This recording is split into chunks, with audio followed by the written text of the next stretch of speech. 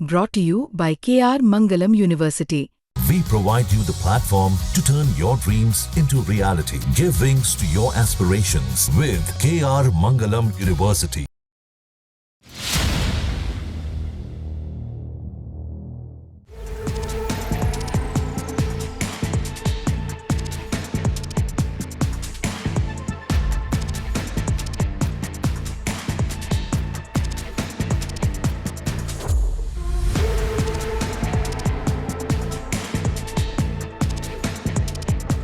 समुद्र की लहरें अब केवल व्यापार नहीं, सुरक्षा का भी संदेश बन चुकी हैं और जब दो मित्र देश भारत और जापान मिले तो ये लहरें सुनामी बनकर उठती है चीन की आक्रामकता के खिलाफ। नमस्कार दोस्तों, मैं हूं आयुष। स्वागत करता हूं आपका मित्र देश के एक और धारदार और बेबाक एपिसोड में।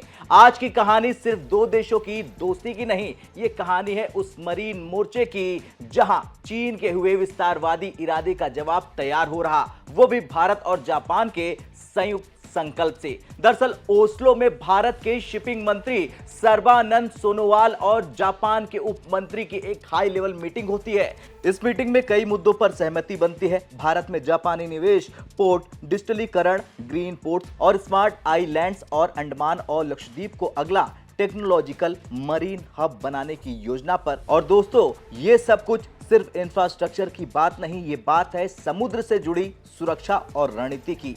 और यही वजह है कि सोनोवाल ने कह दिया है कि इस क्षेत्र में जापान की विशेषज्ञता अत्यधिक मूल्यवान है। हम अंडमान और निकोबार तथा लक्षद्वीप द्वीप समूह में संयुक्त कार्य की संभावना देखते हैं, विशेष रूप से नवीकरणीय ऊर्जा, स्मार्ट मोबिलिटी सिस्टम और डिजिटलीकरण अवसंरचना की तैनाती में। यह पहल पारिस्थितिकी संरक्षण और क्षेत्रीय समुद्री सुरक्षा के प्रति हमारी साझा प्रतिबद्धता को आगे बढ़ाएगी। भारत और जापान के बीच आध्यात्मिक आत्मीयता और मजबूत सांस्कृतिक और सभ्यतागत संबंधों में निहित एवं लंबा इतिहास है।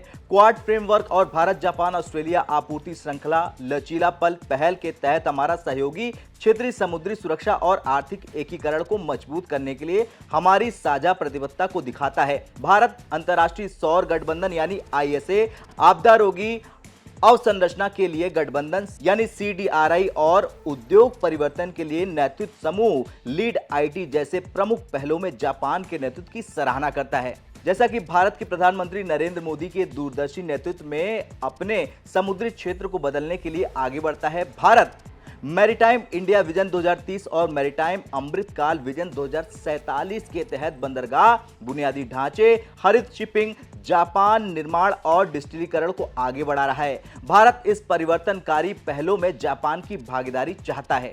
अब आप सोचिए, जब जापान की शिप बिल्डिंग पावर और भारत के मैन पावर एक हो जाएं, जब भारत और जापान की टेक्नोलॉजी और भारत की जियोपॉलिटिकल लोकेशन साथ आ जाएं तो क्या होगा? जवाब है, चीन की हालत खराब हो जाएगी। चीन जो साउथ चाइना सी में फेक द्वीप बना बनाकर अपनी ताकत दिखा रहा, अब वो देख रहा कि असली द्वीप अंडमान निकोबार और लक्षद्वीप भारत और जापान के गठजोड़ से स्मार्ट मिलिट्री बेस में बदलने जा रहा। वैसे क्या आप जानते हैं कि जापान की सबसे बड़ी शिप बिल्डिंग कंपनी इमाबारी अब आंध्र प्रदेश में निवेश करने जा रही? इसके अलावा कोचिन शिपयार्ड लिमिटेड में जापान की संभावित भागीदारी, इंडियन यूनिवर्सिटीज और जापानी R&D टीमों के बीच साझेदारी और भारतीय सागर से लेकर प्रशांत तक की रणनीति को फिर से परिभाषित किया जा रहा। यानी अब जापान केवल माउंट फूजी का देश नहीं, वो भारत के साथ मिलकर हिंद महासागर में अपना अड्डा बना रहा।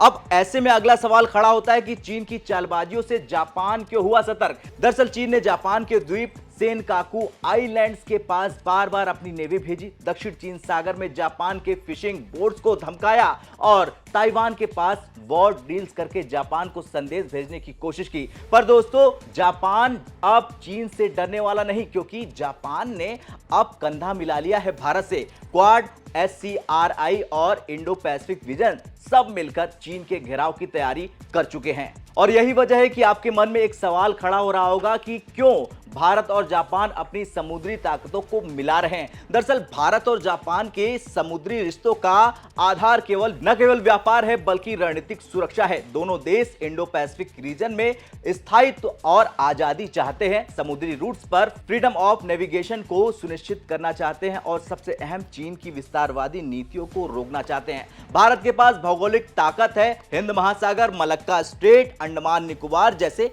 लोकेशन है। जापान के पास टेक्नोलॉजी है, पूंजी और समुद्री अनुभव है। यह दोस्ती न केवल समुद्री शक्ति को बढ़ा रही बल्कि एक काउंटर मैकेनिज्म बना रही है उस खतरे के खिलाफ जो पूरे के पूरे एशिया को डरा रहा है, यानी कि चीन। अब अगले सवाल की तरफ बढ़ते हैं। अगला सवाल यह है कि चीन ऐसा क्या कर रहा जो जापान के लिए खतरा बढ़ता जा रहा। दरअसल चीन जापान के लिए एक स्लो मोशन थ्रेट बन चुका है। उदाहरण देख लीजिए, सेनकाकू द्वीपों पर चीन की घुसपैठ, जापान की नौका सुरक्षा पर बार-बार अतिक्रमण और ईस्ट चाइना सी में निगरानी ड्रोन और पनडुब्बियां।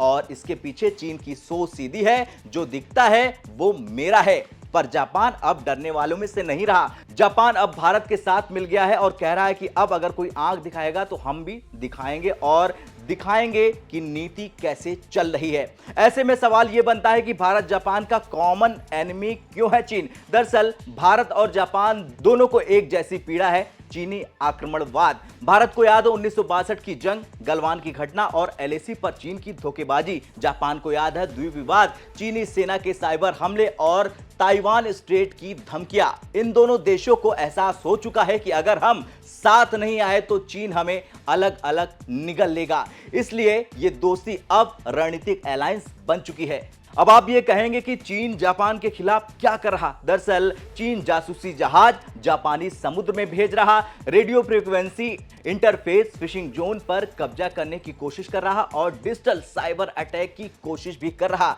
चीन जापान को इकोनॉमिक होस्टेज बनाना चाहता है, पर जापान ने अब रास्ता चुना है डाइवर्सिफिकेशन थ्रू इंडिया, और यह बात बीजिंग को सबसे ज्यादा चुभने लगी है। चलिए गुरु, जानते हैं कि भारत जापान साथ मिलकर क्या कर रहे हैं चीन को काउंटर करने के लिए साउथ चाइना सी से लेकर दुनिया के अलग अलग क्षेत्रों में। दरअसल भारत जापान मिलकर एक्सरसाइज कर रहे हैं, ज्वाइंट मैरीटाइम एक्सरसाइज कर रहे हैं, क्वाड नेवल कॉर्पोरेशन में बढ़ावा दे रहे हैं एक दूसरे को, और इसके साथ ही साथ SCRI ताकि चीन पर निर्भरता घट सके, और try lateral projects Indonesia, Philippines और वियतनाम में शुरू कर चुके हैं। अब दोनों देश सिर्फ द्वीपों की रक्षा नहीं कर रहे, वो समुद्री ऑर्डर को रीडिजाइन भी करने उतर चुके हैं। और यही ताकत भारत की है कि भारत खेल करना अच्छे से जानता है। अब जब भारत जापान ने अलग अलग मोर्चों पर हाथ मिला लिया है, तो क्या जापान अमेरिका को छोड़कर अब भारत की तरफ रक्षा सुरक्षा में झुक गया है? जवाब है हां, आंशिक रूप से हां, क्योंकि अमेरिका जापान की रक्षा सहयोगी तो है, लेकिन अब जापान को समझ में आ रहा कि अमेरिका महासागर के पार बैठा है, जबकि भारत इंडो पैसिफिक के केंद्र में बैठा हुआ है, वो भी ताकत के साथ। भारत डिप्लोमेटिकली बहुत मजबूत है, चीन से सीधी टकराव में सक्षम है। भारत के साथ सैन्य, साइबर और टेक्नोलॉजी साझेदारी लॉन्ग टर्म गेम है, इसलिए जापान अब ट्रस्टेड नेबर के तौर पर भारत को सैन्य साझेदारी में आगे बढ़ा रहा है। अब अगर चीन पाकिस्तान का साथ दे रहा तो क्या भारत को जापान और ताइवान के साथ मिलकर जवाब देना चाहिए फुल सपोर्ट के साथ चीन को? दरअसल हां, भारत को साथ बिल्कुल देना चाहिए, जापान का भी और ताइवान का भी, क्योंकि अगर चीन पाकिस्तान को डिफेंस टेक्नोलॉजी दे रहा, हथियार दे रहा, मिसाइल दे रहा, तो भारत को यह जरूर करना चाहिए। पीओके में CPEC भी चला रहा चीन, भारत को दो फ्रंट वॉर में फंसाने की कोशिश कर रहा है चीन, तो भारत को भी ताइवान को सेमीकंडक्टर सपोर्ट देना चाहिए, उससे एक्सपोर्ट इंपोर्ट करना चाहिए, जापान के साथ मिलकर नौसैनिक बेस बनाना चाहिए और चीन को खुलकर बता देना चाहिए कि तुम अकेले नहीं हो, हम भी मिलकर हैं। खैर, ये था मित्र देश का खास एपिसोड जिसमें हमने आपको पूरी जानकारी दी भारत जापान की समुद्री दोस्ती और चीन के लिए घातक तैयारी की। और यह कहना कहीं से गलत नहीं होगा दोस्तों कि भारत और जापान जब साथ चलते हैं तो सिर्फ लहरें नहीं उठती सागर की गहराई से, बल्कि सुरक्षा का एक नया युग उठता है। चीन अब देख लो, इंडो पैसिफिक में अब तुम्हारा खेल खत्म होने वाला है। आपका क्या कुछ कहना है मित्र देश के इस एपिसोड पर, और चीन को लेकर जिस तरह से भारत और जापान ने अब कदम बढ़ा दिया है उसे लेकर कमेंट कर जरूर बताएं। जय हिंद, जय भारत।